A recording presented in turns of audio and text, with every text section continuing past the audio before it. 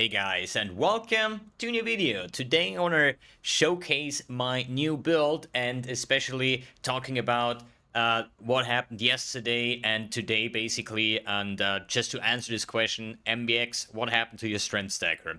So there is like a bigger history, a longer story behind that I want to go over, because every time people ask for what happened, I can just link this video so they know exactly what is up. So okay, where do we start? Basically, strength stacking. I was playing the Static Strike Chieftain Strength Stacker, had an amazing time, was doing all my Atlas basically, right? All the completion. I started to scry my Defiled Cathedral onto the Jungle Valley since I finally found the Seer in the Defiled Cathedral. Did all my favorite maps. Yeah, up to this point, the only thing that's left is basically Ubers. I even did a T17 on my Static Striker, which is an auto bomber, right?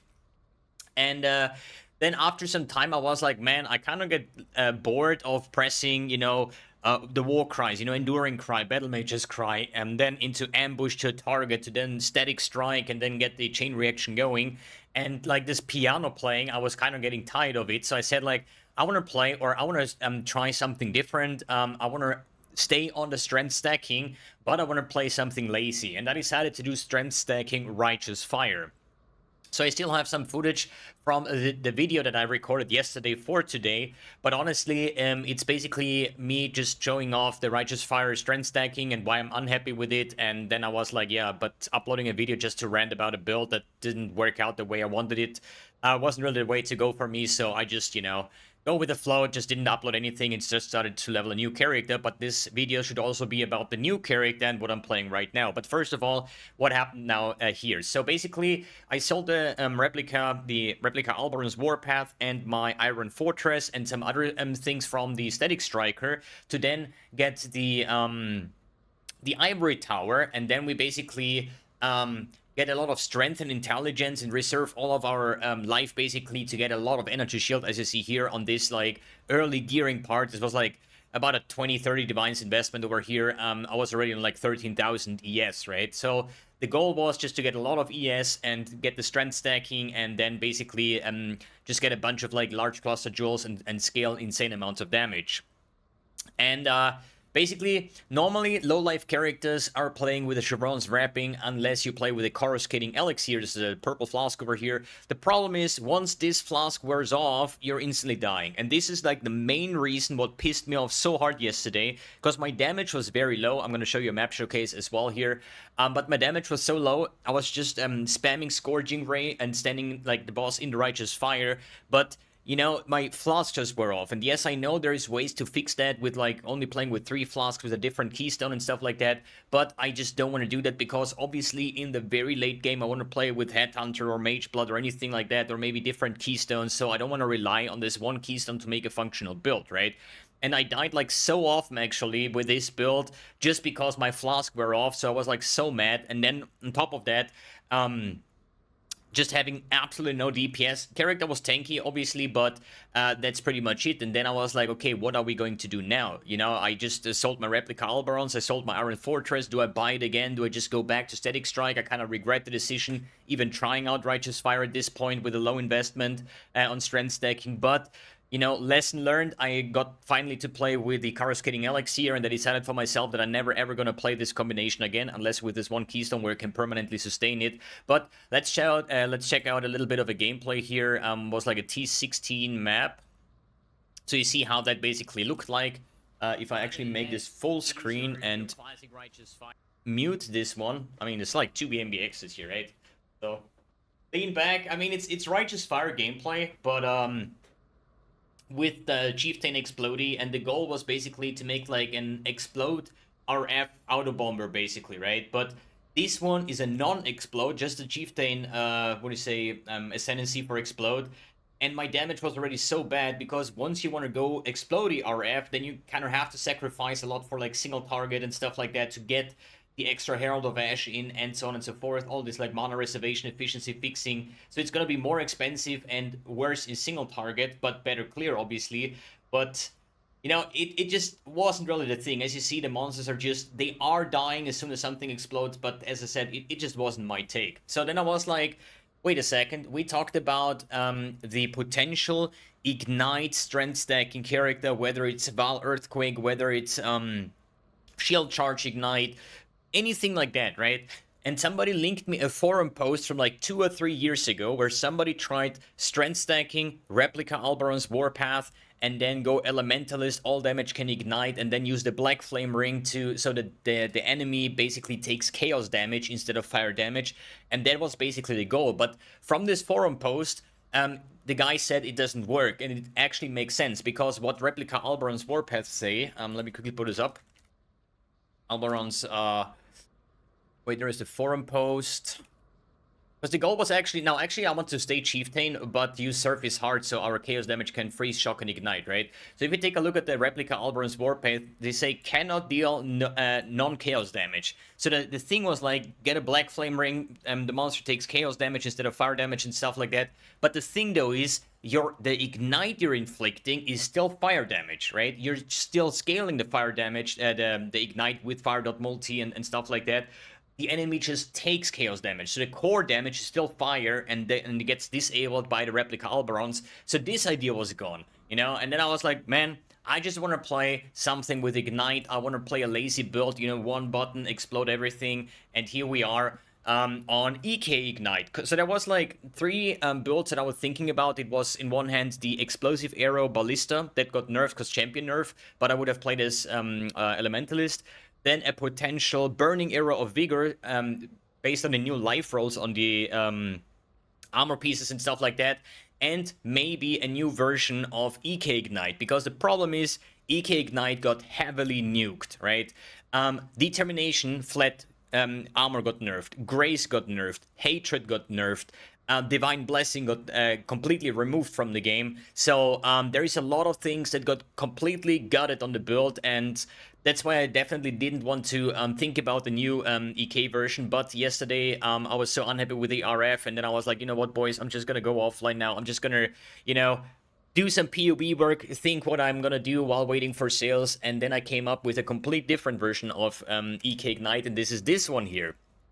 So the new version is not having any determination or grace. It does not have spell suppression, but what I tried to do here is taking a Cloak of Flame and get like the physical damage taken as fire damage instead of stacking armor, basically, right? So I have like 40% over here, then 20% on the shield is 60%, and on my helmet I have like the implicit, so it's 66% physical damage taken as fire damage instead of determination.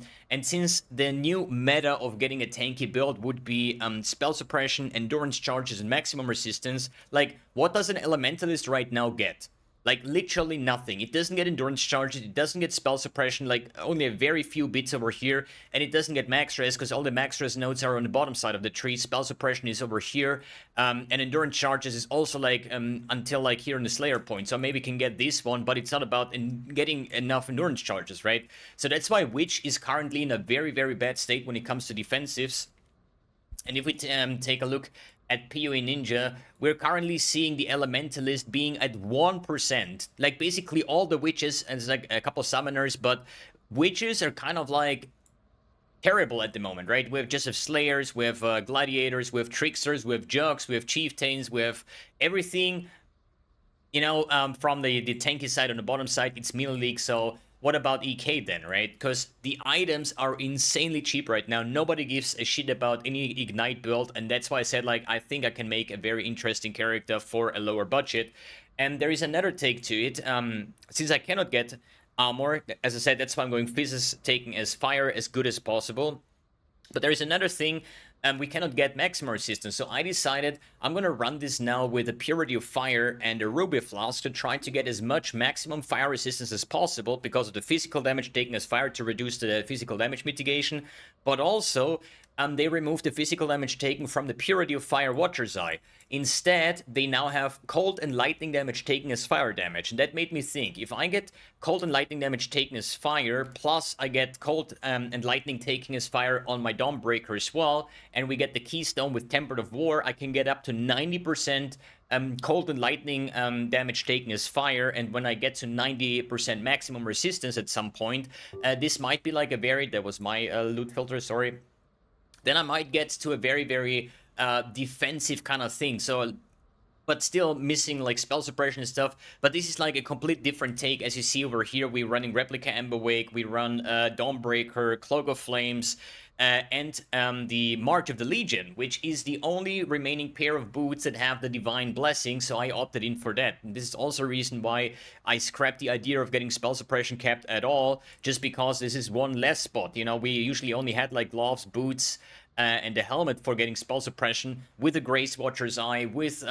for example, an Impossible Escape to get some more spell suppression over here. But now with even missing another slot here for spell suppression, I think we can completely ignore that fact. So this is like a very basic concept art right now. We're not even, I just leveled up this character, we're level 82 right now. We have like 8 hours playtime. We haven't died yet, right? Death, and we killed about 56,000 monsters. I still have to do Uber Lab. I don't have any cluster jewels yet. I don't have any mediums. I don't even have Band of Flames, so I just got like the cheapest version of an Ignite spread over here. Wait a second, large cluster jewel missing, medium cluster jewels missing, what else is missing? Yeah, there's like, it's very basic, and no Gloomfang, no nothing, right? So this is very, very basic, no Polaric Devastation. So I'm gonna show this in a classic, like any like yellow tier map. Let's get Dunes going. And I just want to showcase how EK looks like on this kind of lower budget. And if you're thinking, bro, you fucking run a +3 chest over here, this is basically where pretty much all the currency went for what I had from my strength stacker. I'm having like 5 divines or something. I still have a couple of things for sale, but maybe like 20-30 divines. So whereas the other 70 divines from the headhunter sale, it's basically 70 divines on this chest, and then I also spent quite some divines on this Watcher's Eye over here. But it's like an experimental thing, so who knows, right? And my weapon here is an Explodey Sword because of the runesmithing. They kind of have the Barracks Respite mod with the kill an ignited enemy and inflict an equivalent ignite on each nearby enemy. It is a one-handed sword runic enchant. So I said like I want to have maybe a sword since I'm playing with the Dawnbreaker. And I got this Explodey Sword for like 4 divines today. But the problem is you don't get anything. I have like Flat Lightning, Flat Fire, Cast Speed from the Essence, and I actually kept my resistance with my weapon. So you know, just putting in an Obliteration Wand will have you even better results. But maybe when you do some multi-mod and fire is extra chaos, similar as we crafted the bow basically for EK Ignite, we maybe get something out of it. Or there is even more things that we could try with this new unique hammer. It's a unique item that can have, I think, 2 or 3 enchants, so we can maybe do something with 100% reduced soul game prevention. There is, bro, there is so many things that we can try out on this, and maybe despite all the nerfs to hatred and stuff like that, we can still make a very, very decent EK Ignite character. Because honestly, after playing now a Slammer build and now going to something like this is completely ridiculous, right? So the clear is so insane. The leak mechanic can be done in like 2 or 3 seconds. I mean, my damage is still kind of bad, but you know, you just stand there and you just hammer your EK and nothing even comes close to you, right? And the more Ignite damage we get, the better and the more satisfying it will get.